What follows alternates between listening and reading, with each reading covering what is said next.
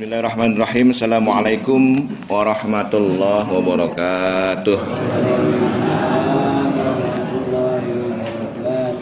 Innal hamdalillah nahmaduhu wa nasta'inuhu wa nastaghfiruh wa na'udzu billahi min syururi anfusina wa min sayyiati a'malina. May yahdihillahu fala mudhillalah wa may yudlil fala hadiyalah. Wa nashhadu an la ilaha illallah wahdahu la syarikalah wa nashhadu anna Muhammadan abduhu wa rasuluh la nabiyya ba'dah. Allahumma shalli wa sallim ala sayidina Muhammadin wa ala alihi wa sahbihi ajma'in wa man tabi'ahum bi ihsan ila yaumiddin. Rabbi shrah li sadri wa yassir li amri wahlul 'uqdatam min lisani yafqahu qawli, amma ba'd. Jemaah salat subuh yang dirahmati Allah, syukur alhamdulillah Allah masih memberikan kita banyak nikmat, terutama nikmat sehat, nikmat panjang umur, nikmat iman, nikmat Islam, sehingga kita pada subuh kali ini dikuatkan oleh Allah melangkahkan kaki kita ke dalam masjid ini. Semoga Allah SWT senantiasa memberikan taufik dan hidayahnya kepada kita semua, senantiasa pula memberikan kita nikmat sehat sehingga kita dapat maksimal menjalankan ibadah dan maksimal pula menjauhi segala larangannya. Salawat dan salam senantiasa tercurahkan kepada junjungan kita Nabi besar Muhammad SAW beserta keluarga dan para sahabatnya, dan semoga kita kelak di yaumil qiyamah mendapatkan syafaatnya. Amin ya rabbal alamin. Jemaah salat subuh yang dirahmati Allah, ada seorang tukang gorengan. Tukang gorengan ini suka mangkal gitu ya. Kalau di sini mungkin di dengan jembatan mangkal gitu, tukang gorengan. Kemudian tiba-tiba ada anak kecil kayak gelandangan gitu. Hujan-hujan, kedinginan gitu kan. Neduh gitu dekat gerobak dia. Dia setiap itu kalau siang-siang tuh kalau lapar dia nongkrong di diri di samping gerobak di tukang gorengan itu sambil gigit jari gitu. Kepengen dia, cuman dia nggak punya uang untuk beli gorengan itu kan. Akhirnya si tukang gorengan itu, singkong itu, kalau singkong itu kan kalau di Padang ada kecilnya ya, ada buntutnya ya. Kalau orang tukang singkong jualan itu suka ada buntutnya gitu kan yang dibuang. Nah itu sama tukang singkongnya dia pada dibuang, digoreng sama dia. Buntutnya itu sisanya dibuang. Nah dikasih ke anak kecil itu. Jadi setiap hari tukang singkong itu yang tadi pada dibuang, buntut singkongnya digoreng sama dia. Dia tahu ada anak kecil itu, dikasih. Senang anak kecilnya, tiap hari begitu. Tiap hari. Suatu hari dilihat, loh, mana anak kecilnya nggak pernah ada lagi, nggak pernah datang lagi. Besoknya seminggu nggak ada lagi, udah hilang itu. Sampai 20 tahun kemudian, ya. Dia masih tukang singkong 20 tahun ya. Bayangin, tukang singkong 20 tahun tuh. Kemudian datang ada mobil mewah parkir di samping gerobak dia. Dia turun, ada pemuda ganteng, wah parlente, mobil BMW gitu kan. Kemudian dia duduk, Pak, dia mesen, Pak, saya pesen butut singkong. Saya pesen butut singkong. Kata abangnya nggak ada, kita nggak jual katanya. Terus pemudanya apa? Diri di samping gerobaknya sambil gigit jari. Ya, si tukang singkong yang lihat. Ingat, ya Allah, ternyata pemuda kaya itu, ganteng itu, anak kecil yang 20 tahun dulu pernah dengar situ. Kemana aja kamu katanya? Kata dia, kata pemuda, Bapak, ketika Bapak dulu memberi saya buntut singkong, dengan itu saya kuat, jadi bisa bertahan hidup. Kemudian saya mulai diangkat oleh orang untuk disekolahkan oleh seorang orang tua asuh. Kemudian saya belajar. Kemudian saya sukses bisnis sampai sekarang ini. Kalau dulu Bapak tidak ngasih saya buntut singkong, mungkin saya mati kelaparan gitu. Tapi gara-gara itu saya justru bisa bertahan hidup. Akhirnya saya sukses sampai sekarang ini. Sebagai balas jasa, akhirnya tukang singkong dipergiin haji sama dia. Dan dikasih modal biar dia tidak jualan di gerobak lagi, dijualin kios. Coba sedekah dengan butut singkong, tapi Allah membalasnya dengan luar biasa. Gitu ya. Jadi memang perbuatan baik itu kadang-kadang Bu, balasannya tidak langsung kadang-kadang. Sama kayak dosa, kayak maksiat. Maksiat itu balasannya langsung enggak? Enggak, kita bermaksiat nih, enggak langsung balasannya, tidak seperti makan cabai kita itu. Kalau maksiat seperti makan cabai, balasannya orang nggak ada yang maksiat, ya kan? Lagi bohong, kok, lagi nggak sholat, jubruk gitu kan, dipukul. Nah, orang nggak bakal pasti sholat semua. Ada orang misalnya gibahin orang, tiba-tiba mulutnya menyon gitu kan, dihukum langsung. Itu balasan maksiat itu tidak seperti makan cabai yang langsung. Nanti Allah mencari waktu yang tepat. Kenapa? Balasan maksiat itu tidak langsung dibalas oleh Allah karena Allah menunggu hambanya bertaubat. Gitu kan? Menunggu hambanya bertaubat. Kan dulu ada cerita, ada di zaman Khalifah siapa itu, ada seorang orang pemuda ya, usia 40 tahun.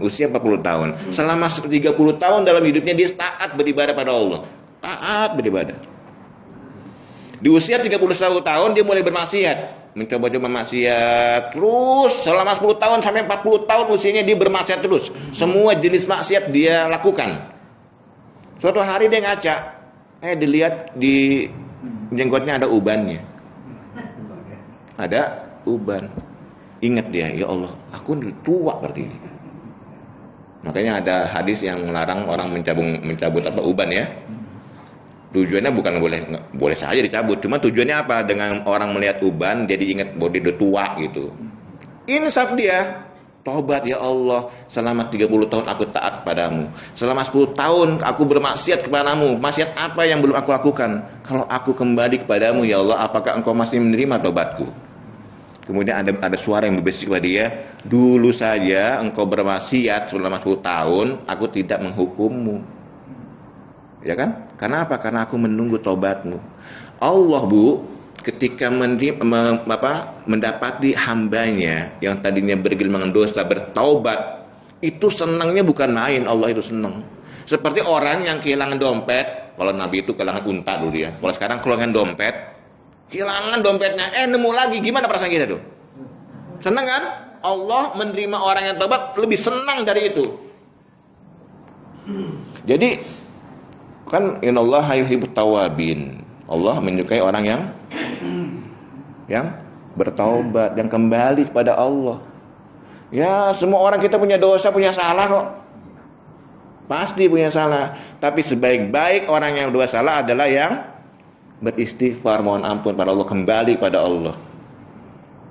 Sekaligus memperbaiki diri untuk memperbanyak amal. Jadi kembali lagi, Bu, tadi ke tukang singkong tadi, bahwa wa may ya'mal mithqala dzarratin khairan yarah. Barang siapa yang berbuat amal kebaikan sekecil apapun, Allah akan menghitung. Dan sebaliknya, barang siapa yang mengerjakan perbuatan jelek sekecil apapun, Allah pasti akan membalas gitu. Nah, balasan perbuatan baik dan buruk itu tidak langsung seperti kita makan cabai, tapi ada prosesnya. Gitu ya. Termasuk nanti kita madrasah apa yang dibutuhkan? Ayo, Bu, kita mumpung nih. Ini sebenarnya kita merencanakan ada madrasah lahan sebagai kita untuk beramal. Lahan. Jadi jangan ada ngeluh, sumbangan lagi. Kita Bapak, kita ingin membangun madrasah, sumbangan lagi. Ya, itu kan kadang-kadang suka ngeluh ya. Padahal ketika ada seorang mengumumkan ingin mengadakan ini, itu amal terbuka lebar. Nih, mau gak nih ikut berpartisipasi? Kita nggak usah bangun sekolahannya, nggak usah, yang kecil-kecil aja. Kalau ada, Ibu, misalnya di rumah atau di manapun ada kegiatan keagamaan, misalnya di kantor, kita ingin bikin masjid nih di kantor. Nggak mungkin kita bikin masjid kan? Coba cari celah-celah yang kira-kira kita mampu. Kayak jam tangan kan? Jam dinding. Nanti masjid pakai kipas angin nggak? Pakai. Saya sumbang satu ya. Butuh mic nggak? Saya cuma satu ya micnya. Gitu, buru-buru, Bu. Kenapa? Karena kita tahu jam itu akan dipakai terus kan? Mic itu akan dipakai terus. Karpet itu saya 2 meter ya. Saya nggak berapa banyak, 2 meter aja deh. Nyumbang, dilalang misalnya kan. Selama ini Bapak Idris nih duduk nih di karpet ini, itu orang yang nyumbang dapat pahala itu. Selama dipakai, Bu. Makanya ada masjid-masjid yang karpetnya udah buluk gitu, nggak mau diganti dia, tiban aja. Kenapa? Nggak mau diganti, ditiban aja, biar orang yang nyumbang tetap dapat pahala. Ada yang seperti itu, Bu, ya. Karena dia memahami konsep amal jariah itu. Ya, jadi jangan diganti, jangan kesian nanti orang yang ini nih. Akhirnya ditiban itu karpetnya, biar orang yang nyumbang sebelumnya tetap mendapatkan pahala dari apa yang sudah disediakan. Itu Pak ya. Jadi umat Nabi Muhammad umat yang paling pendek usianya, carilah amal-amal yang nantinya kita mendapatkan pahala yang panjang gitu. Walaupun sampai kita wafat. Bayangin Pak, kita di dalam kubur, udah nggak bisa ngapa-ngapain, nggak bisa berbuat baik, tiba-tiba cengkling, cengkling. Siapa nih? Itu ada orang yang duduk di karpetmu. Cengkling, cengkling, gitu kan? Kenapa? Itu jam dindingnya masih berputar. Ya kan? Dalam kubur, dapat nikmat kubur. Sedang apa kamu? Aku sedang mikirin keluargaku. Tenang aja, keluargamu sedang baca Quran. Cengkling. Jadi di alam kubur dapat transferan pahala terus Pak. Bisa jadi ketika kita wafat, dosa kita lebih banyak daripada pahala kita. Tapi karena amal sedekah jariyah yang kita lakukan, akhirnya apa? Timbangan amal pahala kita lebih banyak ketimbang dosa yang kita perbuat. Cengkring, cengkring, gitulah logikanya begitu. Ya. Mau Bu, pas di alam kubur cengkring, cengkring gitu kan? Apa ini? Itu mukena yang di masjid dipakai terus gitu. Karena apa? Dia nyumbang mukena ke masjid. Ada orang sholat minjem mukena dia. Kalau laki-laki apa? Ya, Quran misalnya kan ya. Jadi itulah Bu, pintar-pintarlah umat Nabi Muhammad, umat yang umurnya pendek, berbeda dengan umat Nabi sebelumnya. Maka kesempatan kita untuk berbuat amal itu di dunia tidak bisa banyak. Kalau kita hanya mengandalkan ibadah mahdoh kita, sholat kita, mengandalkan pahala puasa kita, baca Quran kita, itu nggak sebanding dengan surganya, nggak ada apa-apanya. Kita sholat tiap malam nih, tahajud tiap malam gitu kan, puasa mungkin tiap hari gitu, baca Quran tiap hari, itu tidak sebanding kita masuk surganya, nggak ada apa-apanya, ya kan? Oh, surga Allah luasnya semana? Langit dan bumi. Kita baca Quran tahajudnya nggak ada apa-apanya dengan surga Allah. Terlalu kecil ibadah kita kalau kita mengharapkan surga Allah, mengandalkan amal kita. Ya. Luasnya seluas langit dan bumi. Langit 7 lantai. Ya kita dunia aja belum, jangankan dunia, Indonesia aja belum ngilingin semuanya. Asia, dunia, apalagi surga, 7 lantai langitnya, bayangin juga. Luasnya seperti itu. Nah kita sholat tahajud tiap malam, terus puasa sunnah tiap hari itu, sedekah miliaran, ngarep surganya, nggak pantas gitu masuk surga. Jadi kita tidak bisa mengandalkan amal kebaikan ibadah kita untuk masuk surga Allah. Yang dapat kita lakukan adalah menggapai kasih sayang Allah. Itu. Jadi kita masuk surga itu menggapai kasih sayang Allah. Senangkan Allah.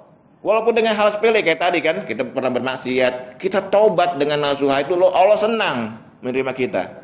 Senang menerima kita.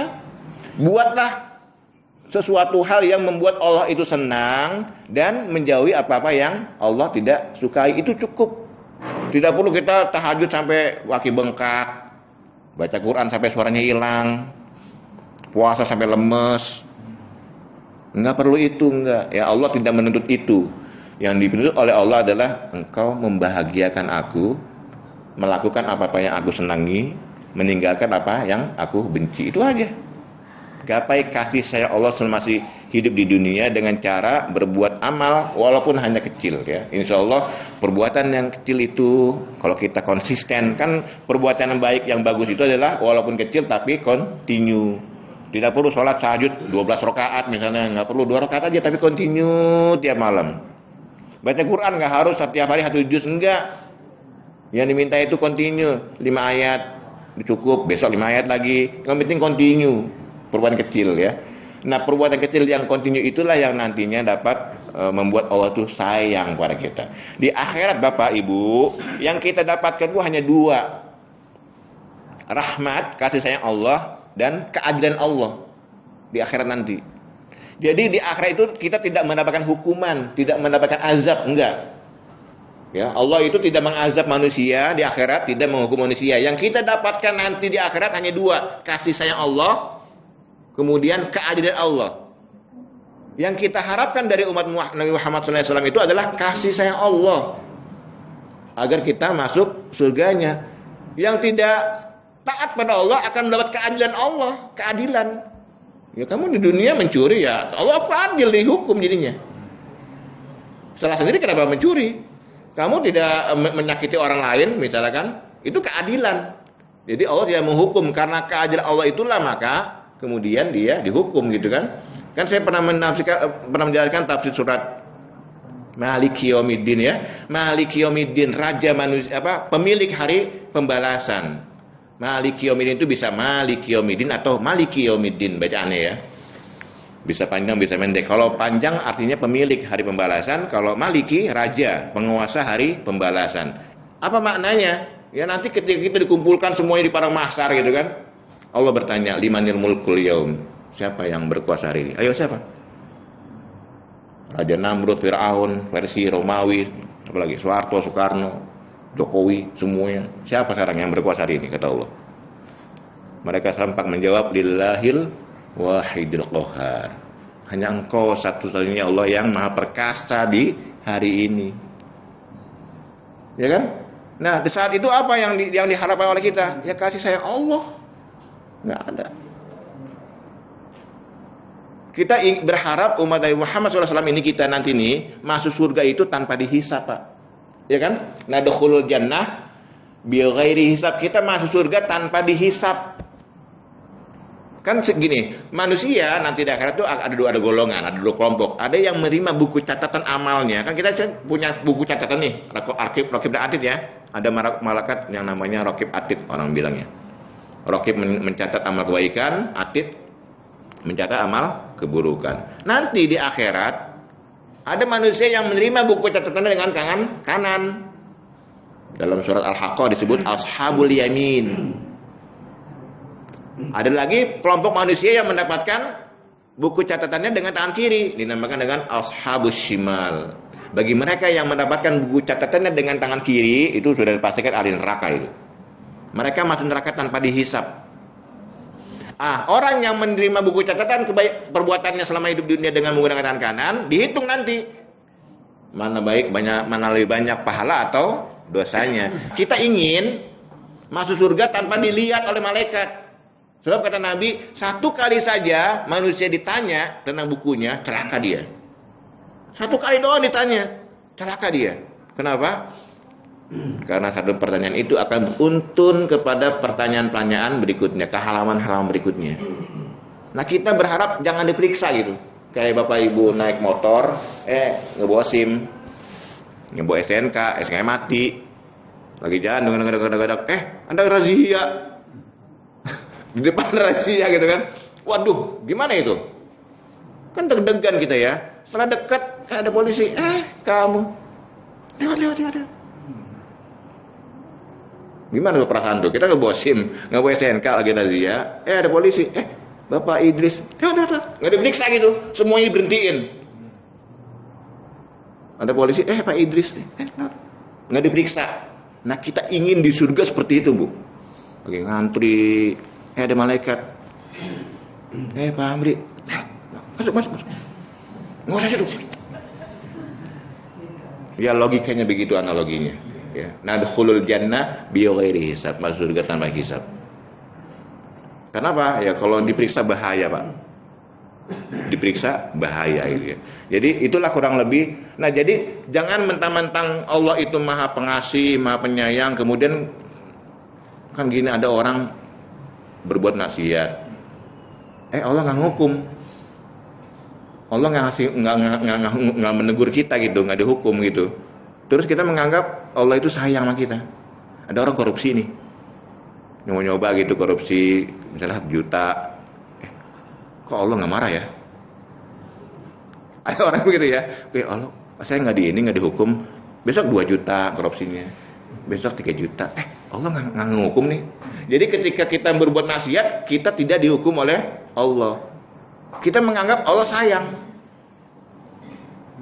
Justru ketika kita berbuat maksiat, Allah ngasih rezeki kita banyak. Seakan-akan segala urusan dimudahkan. Makin kita jauh dari Allah, makin urusan kita dimudahkan. Terus kita menganggap, Allah sayang sama saya. Bahaya itu, Pak. Ya kayak kemarin saya cerita ada majikan dengan budak. Oke, kamu budak saya. Kamu bebas tinggal di rumah saya. Sini, kamu jadi budak saya, bebas. Ini saya punya tanah 1 hektar nih. Kamu bebas tinggal rumah saya, makan apa saja. Saya nggak ngasih kamu pekerjaan. Bebas ngambil buah-buah yang ada di kebun saya ini. Bebas, terserah. Pokoknya kamu nggak usah kerja di rumah saya. Bebas apa saja. Tapi ingat, jangan lewat pagar ini nih. Ini ada pagar. Garis lah, ada garis. Ini ada garis rumah saya. Kamu boleh melakukan apa saja di dalam rumah, dalam halaman. Tapi jangan melewati garis yang telah ditentukan. Wah, enak sekali budak itu kan.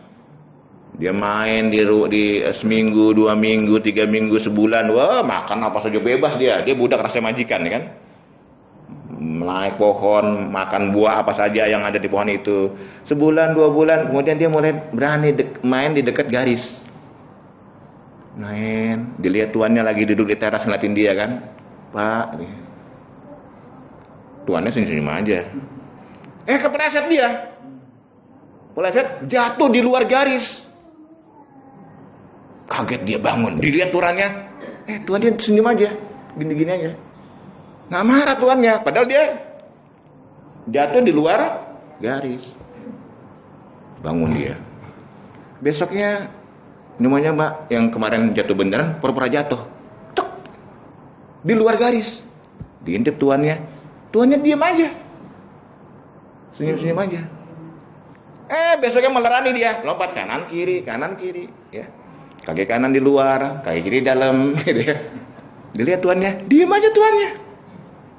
Besoknya dia mulai berani main di luar garis.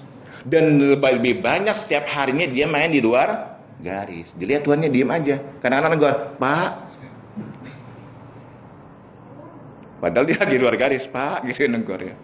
Suatu hari jemaah sekalian, tuannya manggil, sini kamu. Sini kamu. Bukankah aku sudah pernah berkata, aku melarang kamu main di luar garis?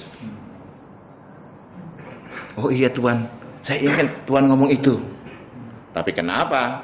Kemarin saya lihat kamu jatuh, badanmu di luar garis. Besoknya kamu pura-pura jatuh. Besoknya lompat kanan kiri. Besoknya mulai berani kamu main di luar garis. Dan tiap harinya kamu main di luar garis. Saya hitung, saya catat, ada 3.456 kali kamu main di luar garis. Dan hari ini aku akan mencambuk kamu sebanyak itu. Sebanyak berapa? 3.456 kali kamu main di luar garis sebagai pelanggaran. Dan saya hari ini akan mencambuk kamu sebanyak itu. Tuh, kalau gitu gimana budaknya? Bisa ngelawan nggak? Sama Bu. Jadi budak dengan cerita tadi itu bukan budak dengan majikan. Cerita itu tentang kita dengan Allah. Kan kita budak Allah ya. Iya karena abudu. Abdun kan budak. Jadi antara kita dengan Allah, kita ini kadang-kadang berbuat maksiat, Allah nggak menghukum. Disangkanya Allah sayang sama kita.